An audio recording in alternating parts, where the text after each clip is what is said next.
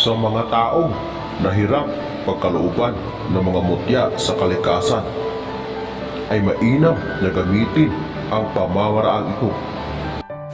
Pero bago ang lahat ng yan, kung bago ka pa lang sa channel na ito at gusto nyo ang mga ganitong usapin, ay inaanyayahan ko kayong pindutin ang subscribe button at ang bell icon nang sa ganon ay lagi kayong ma-update sa tuwing may bago tayong upload.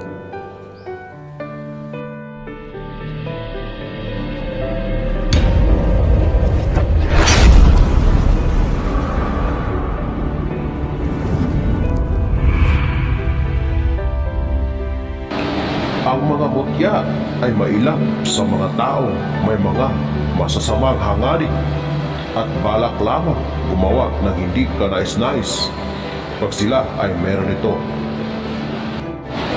Kaya minsan ang mga mutya ay namimili kung sino ang nais nilang makakakuha sa kanila o gusto maging amo nila, nang sa gayon sila ay magagamit sa kabutihan.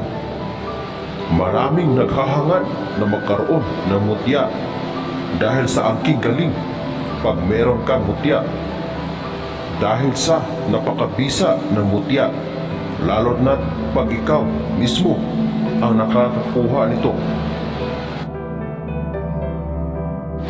Isa sa napakabisang pamamaraan para ikaw ay pagkalooban ng kalikasan ng mutya ay ang pagiging malinis na kalooban at paghingi ng tawad sa mga kasalanan.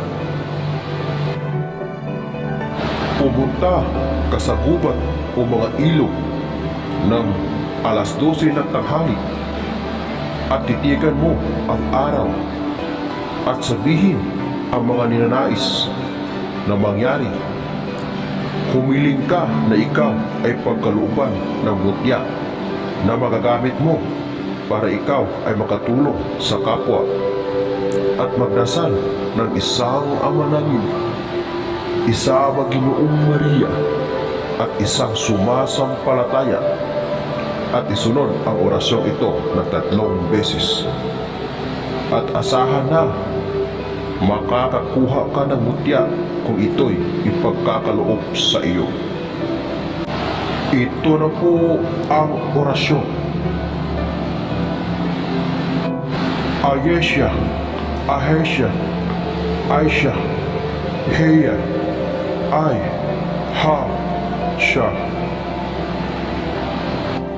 Ayesha, Ahesha, Aisha, Heya, Ay, Ha, Sha. Ayesha, Ahesha, Aisha, Heya, Ay, Ha, Sha.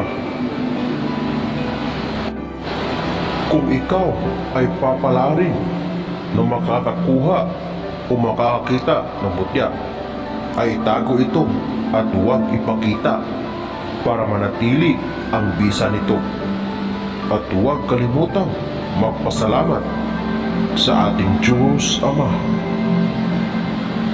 Yan po ang ating pamamaraan para tayo ay pagkalooban ng mutya. Sana po ay nakatulong ang video na ito. Hanggang dito na lamang ang ating kaalaman para sa araw na ito. Muli, maraming salamat sa inyong walang sawang panonood. God bless us all.